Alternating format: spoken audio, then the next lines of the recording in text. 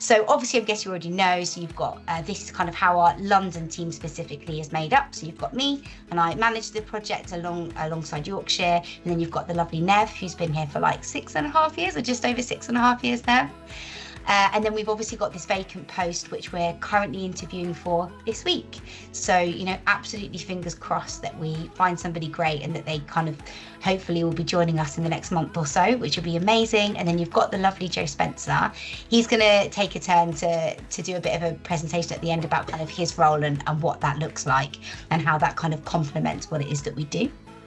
As you can see, the number of referrals that we actually have into the project isn't always necessarily the same as the referrals that we accept, and that can be for a variety of reasons. So it might be because people are sent to us because they're actually sent to us from the wrong area that we're not currently covering, because we're able to kind of shift the different boroughs that we cover in London depending on who is basically which borough at the moment has the most need and has the most referrals. And it also can be about capacity. So at the moment, quite a few of you may or may not know that we are actually one staff member down in London, and we've only got Nev holding the fort in terms of doing the casework. So sometimes we might have to NFA cases for that reason as well. You can see here that we actually seem to receive slightly more referrals for boys than we do for girls. And that the age that we seem to receive the most referrals for is like 15, 16 is our most common age, but generally 14 to sort of 17 is the major bulk of the young people that we see. And in terms of ethnicity, you'll see here that around 18% of the young people that get referred to us are white British, but actually about 36% are black, either black British, black Caribbean, black African. And so actually that is the highest number realistically of referrals that we receive. And then also you can obviously see that there'll be a certain number of young people referred who are mixed race, which is about 5.5, and then 5% Asian. And we'll talk a bit more later about that, but in general, I would say that we're probably going to be receiving some of the most diverse referrals of any of the project, and that does have its additional challenges, which I can talk a bit about more later. The reason why young people are referred to us in London, the most common reason is the one that probably runs as the most common reason across all projects, which is that they are either missing or running away. And then the reasons underneath that can always really differ. But drug possession and carrying a weapon is also something that's probably quite common for us, and I think maybe slightly more common in our project area than in other project areas. Also, being a victim of a robbery is also very, very common for us in London. And again, I find, because I happen to manage two projects, one in Yorkshire and one here, I don't get to see all the referrals for the whole of the UK, but I certainly know that that's more of a feature in our referrals than it is in Yorkshire for sure. And I suspect that that's probably the same everywhere. But as you can see, there is kind of lots and lots of reasons why young people are referred to us. And other vulnerability is obviously quite a large one as well, and could encompass a lot of things.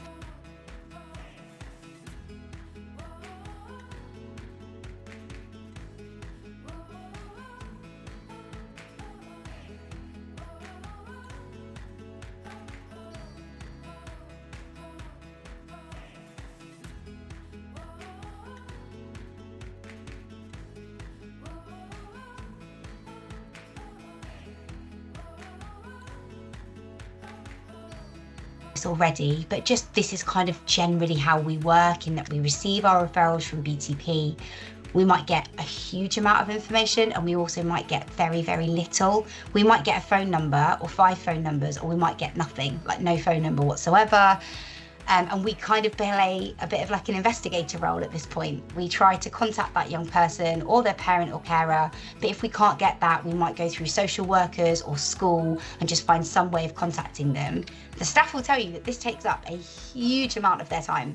So trying to chase these initial referrals, getting social workers to get back to you, getting the care home to get back to you, so on and so forth. This can actually genuinely take weeks. We have a situation, we have a young person at the moment who Nev has gone to see. He was referred to us months ago, and I think Nev has tried to contact him maybe from the different referrals we've had over the course of a few months, probably over 30 times, maybe 40 times. Every single time a young person is referred to us, no matter how many times we have failed before, we try and contact them again. Every single time.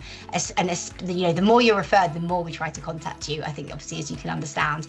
And actually Nev never gave up on that young person, and then had a welfare visit with them last week.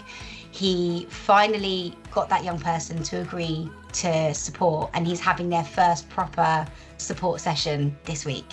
And so it just really just does show you this kind of like, we really mean it when we say that we don't give up on these kids, and we really, really try. And I say we, the staff do that.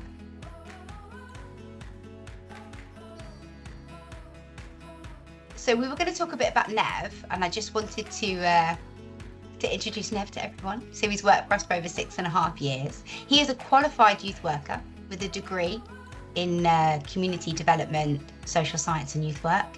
He's worked with young people for like 20 years in both statutory and like voluntary sector. He's worked at a number of places, DePaul, in schools for different charities. And, you know, he's also worked, as you were saying in your bio, Nev, like in some of the toughest estates in London. You named a lot of them to me in the bio. And the thing is, I'm not sure that everybody will know what they are, like, you know, which they are. But as you say, like some of the absolute toughest estates. One of the things I wanted to do before we talked about actual case studies, I just wanted to ask you a question or two about, because we've talked about this before, and I was hoping you might sort of tell everybody. We've talked before about the difference in the way that railway children work versus some of the ways you've worked in other places, and kind of what you feel the benefits are and like what you feel the difference is. And I just wondered if you wouldn't mind sharing people kind of what you think. Yeah, I suppose, like you said, I've worked in lots of different places, and especially compared to kind of the statutory services, which is a lot more, how can I put it, there's a lot more red tape and a lot more kind of, you know, straight down the line, kind of stick to this is how we do it kind of thing. I think with railway children, we're given more leeway to kind of be a little bit more independent in how we do things, you know, a little bit more, you know, we can be a little bit more creative in how we engage young people. We're not necessarily rushed in terms of how the work gets done either. So a lot of services are 6 weeks, 8 weeks, you know, just like one of my longest cases has been it's nearly 3 years now. So, you know, in terms of being able to see it through from start to end, it's one of the most unique things we've got. But yeah, and what difference do you think that makes, Nev? It gives us time, you know, to get the real work done. You need time. You know, you can't get anything lasting done in 6 to 8 weeks. Not that I'm knocking it, but you know, in 6 to 8 weeks, you're just starting to get to know a person. You know, how can you trust someone and tell someone the truth or what's really going on for you in a month? You know, you've met me 4 times. You know, I can take a month just, you know, just chatting to a young person before we actually even get into anything really deep and meaningful. So being able to have that kind of flexibility with, you know, we still have deadlines and we still have things we've got to achieve and we've still got to do, but, you know, overall having the time to be able to put into these young people, I think is one of the best things about railway children. Okay, thank you. So I thought it might be interesting to just go through a couple of cases before we move on to Joe talking about kind of his side of the role, because it's obviously quite different to what we do, but very much complements it. Maybe, Nev, do you want to just talk a little bit about the last one? Because this is a case where I feel like we're now seeing lots and lots of positives, and maybe kind of like maybe a bit like the one in the middle, but he's now kind of, I feel like, now moved away from some of that, and we're starting to see some of the effects of the support you've given in that time. So with this young man, I've been working with him for quite a while now. At one stage we had multiple referrals come through for him for mainly for missing and kind of antisocial behaviour and concerns over potential exploitation, because they was travelling on well-known county lines routes. Even though that wasn't the case, that concern was still there. So it was something that we had to kind of investigate a little bit. But yeah, with this young man, he's 13, but I tell you, if you used to see him, he's taller than me. He's got to be at least 6'2". He's got a real deep voice as well, you know. So you see him, you could easily mistake him for 17, 18, but he's 13. He's quite young. But yeah, with this young man, he was going missing all the time. As I said, lots of ASB on the network. Lots of issues with other young people who are missing as well, hanging around with him. One or two,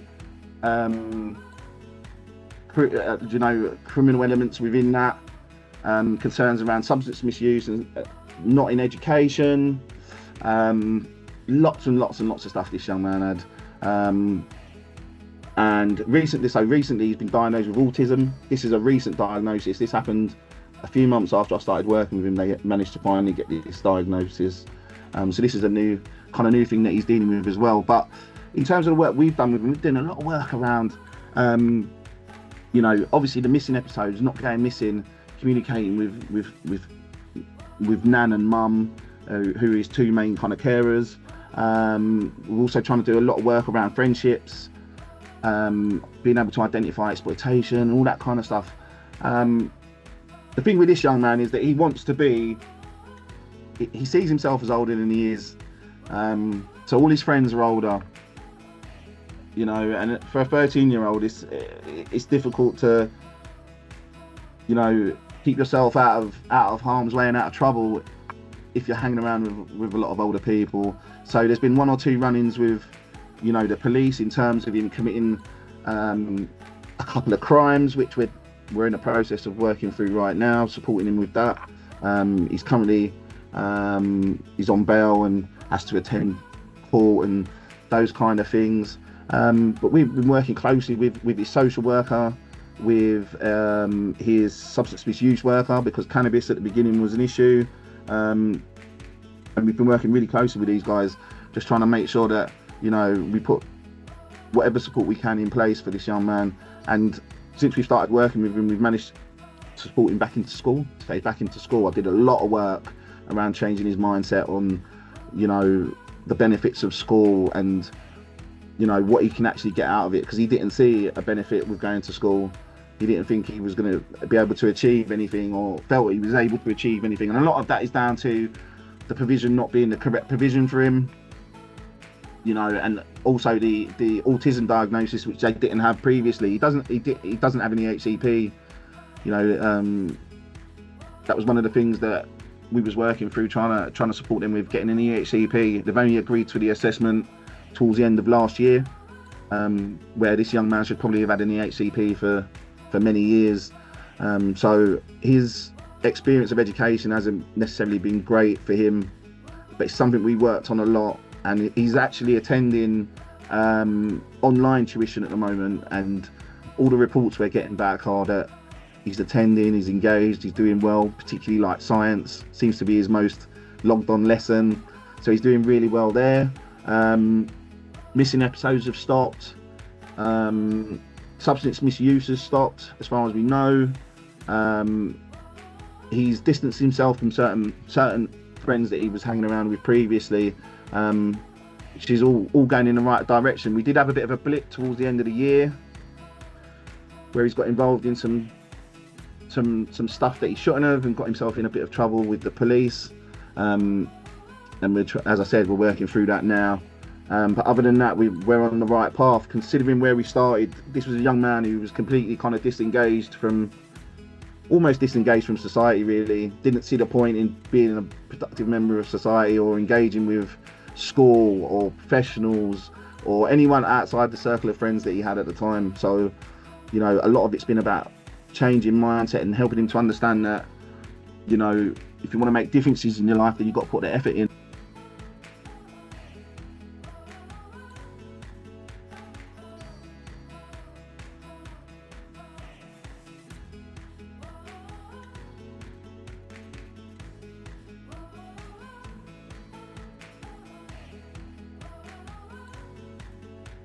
I'm Joe. I'm the community engagement worker for London. I've got a background of working in schools in London and in policy.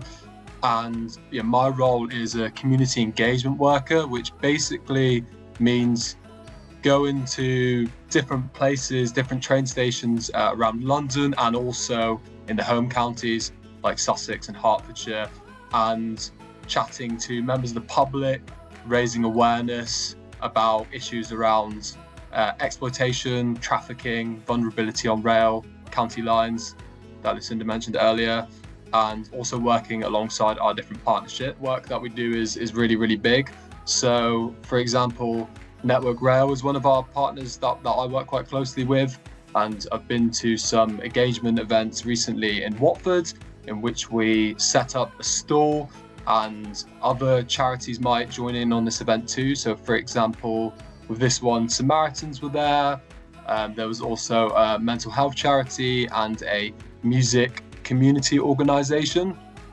And when this happens at a station, you have lots and lots of different charities and organisations together, and this kind of creates quite a good atmosphere to just engage with members of the public and just chat to them and ask them what they know about some of the issues within our charity. Because I know for me that I didn't know about young people going missing in the UK and running away on trains, and this being such a big issue. I think when you speak to lots of people, they say, oh, that's something that goes along in another country. Like, I didn't imagine that going on in the UK. So these conversations can be like really fruitful to just help raise that awareness. Another thing that I've been doing a lot in London, a lot at Waterloo, is working quite closely with SWR, and this can involve being at Waterloo Station and chatting to members of the railway staff, just to make sure that they're conducting their safeguarding policies correctly, making sure that they're fully up to date with all of the procedures, making sure that they know how to spot a vulnerable young person.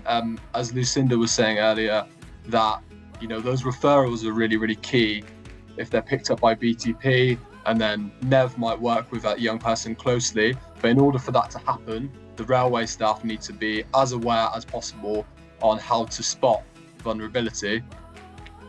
So we chat to railway staff in regards to that, and sometimes those railway staff might do the champions training, which is run by Dave, and that can be really helpful for helping them raise their awareness. I've also worked quite closely with Camden Council. This has been really, really good because I was at Euston the other week, and you chat to people about county lines and exploitation and vulnerability, but you also get to see some other work that other organisations are doing in different communities. So in Euston, for example, some young people and a social enterprise group had developed a sculpture, and there was this big play space at Euston for like young people to get involved in and do theatre and to have an actual say in their community and to have some like community action and some agency. And it's really nice when you work alongside these different partners or agencies and just see some of the other work that's going on. We also work quite closely with the Elizabeth line. Again, this is just going to the stations, whether it's Paddington, and just chatting to members of the public and helping raise awareness. And another really interesting thing that I've been working on, which is something I didn't expect to be doing going into this role, was working with the British Transport Police and going on some of the undercover county lines operations that get conducted at like Euston, for example, in which you see the process going on of plainclothes police officers and clothed officers with dogs. If someone's got drugs on them, or they'll be picked up, and there'll be a procedure which goes on. And I guess seeing this on the ground and what happens alongside with all the other partnership work and the awareness raising work has kind of built up quite a big picture of all the different aspects that go on within our work around young people. So that's been very interesting too.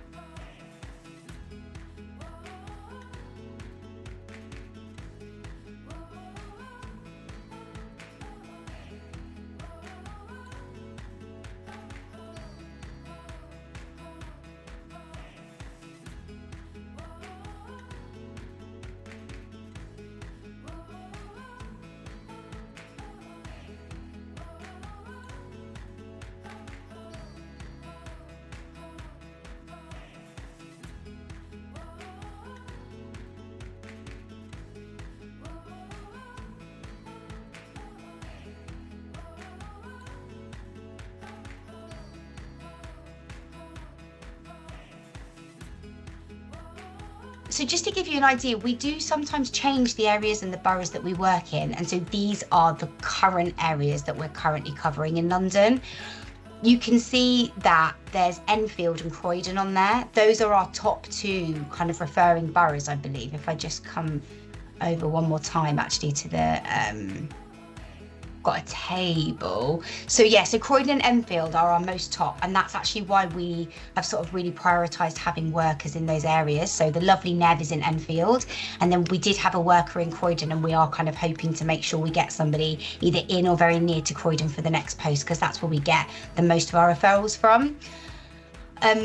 Whilst London is like one place, you can be really surprised how long it can take though to get from like one side of it to the other. Like it can take an hour and a half or something just to get from one side of this map to the other. And so it can make it really challenging trying to cover too much of London. So we've tried to focus our efforts onto these top kind of like 6 boroughs where we receive referrals from. We thought that was the most sensible.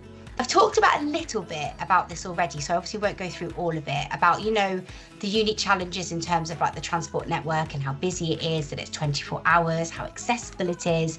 But I also wanted to talk a little bit about some of the makeup of the young people we work with that are in London. So child poverty levels in London are a third higher than anywhere else in England overall. I mean, I'm afraid I don't actually know how we fare against Glasgow, and I'm not sure, but I know in terms of the UK, we're like around a third higher than everywhere else. Young people reoffending in London is increasing, and it's significantly higher than everywhere else in England and Wales. London is just more diverse than England as a whole, and that is really relevant when you think about the fact that young people who are either Asian or Black and those from other ethnic minorities are more likely to be in poverty, or more likely and also are less likely to maybe have confidence in the police service and feel that they have a trusting relationship with the police or BTP. They're more likely to be stop and searched, they're more likely to be remanded in prison, they're more likely to receive longer custodial sentences if they are found guilty. We also know that in general, people who are at an economic disadvantage also have lower educational attainment. And unfortunately, young people who are from the Black Caribbean community statistically have lower educational attainment. So on top of all that stuff I've already talked about the sorts of young people that are being referred and some of the challenges they're facing, the main bulk of the referrals that we're receiving are from young people who are from the Black community, and they're also facing all of this just on a day-to-day. So it's just like an additional challenge.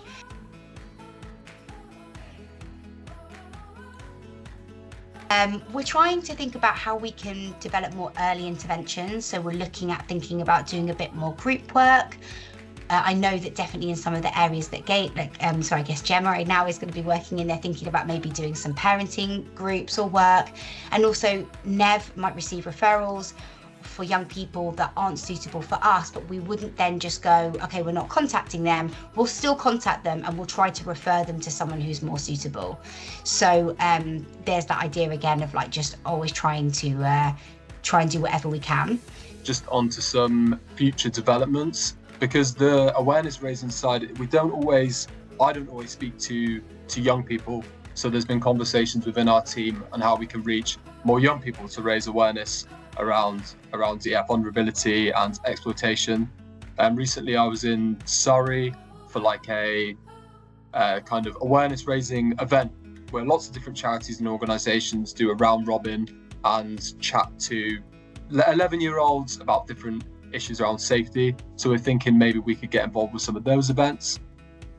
Another thing that we're doing, and I ask if there's anyone who knows how to help with some of this work, because we'll probably need some support, is that we've been chatting to Festival Republic about doing some awareness raising stuff for the Reading and Leeds Festival, because it's such a big event for young people. There's kind of like a rite of passage, I think, for a lot of teenagers in the north and around London. If they're gets that age, they go to Reading and Leeds. So we want to kind of do some work around that, and also see it as a kind of stepping stone. Like we're going to try see how it works this year, and if it's successful, we're going to try and maybe do music festivals in the future. So if anyone has any thoughts or any feedback for that, that'd be really great. And then the final thing is we've got Stop Child Exploitation Awareness Week coming up this month, which is a really big date in the calendar. And yeah, I'll be going to Waterloo and Euston and just chatting to people and just really, this is quite a big date in the diary, so we'll be chatting to a lot of people for that.